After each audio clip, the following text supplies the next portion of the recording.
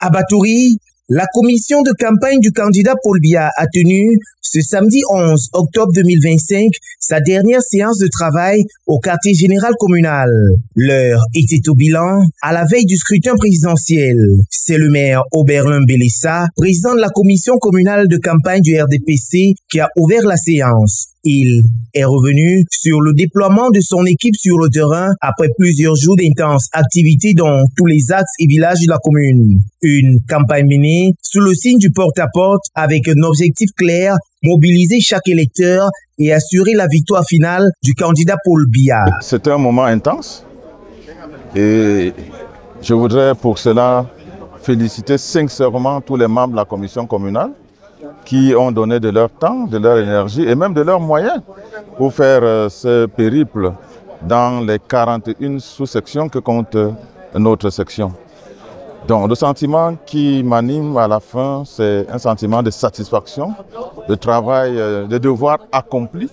Et maintenant, le souhait simplement, c'est que voilà, on puisse bien terminer ce que nous avons commencé.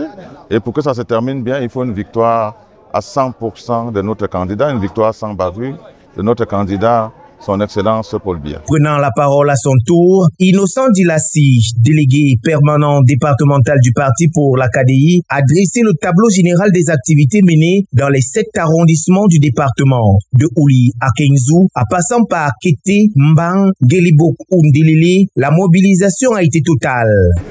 La séance de travail qui vient de s'achever de la commission départementale de campagne de la KDI au niveau de la commission communale de campagne de Batouri vient ainsi boucler la caravane que la commission départementale de campagne a organisée, à savoir faire le tour des 7 arrondissements du département.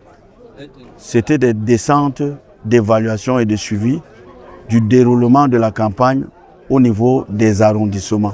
Les populations rencontrées ont promis un vote massif en faveur du candidat du RDPC, convaincus par les réalisations et la vision du chef de l'État. Partout où nous sommes passés, les promesses sont à 100%, parfois même ça va au-delà. Il y a ceux qui nous ont promis même 120%, mais nous allons nous limiter à 100%.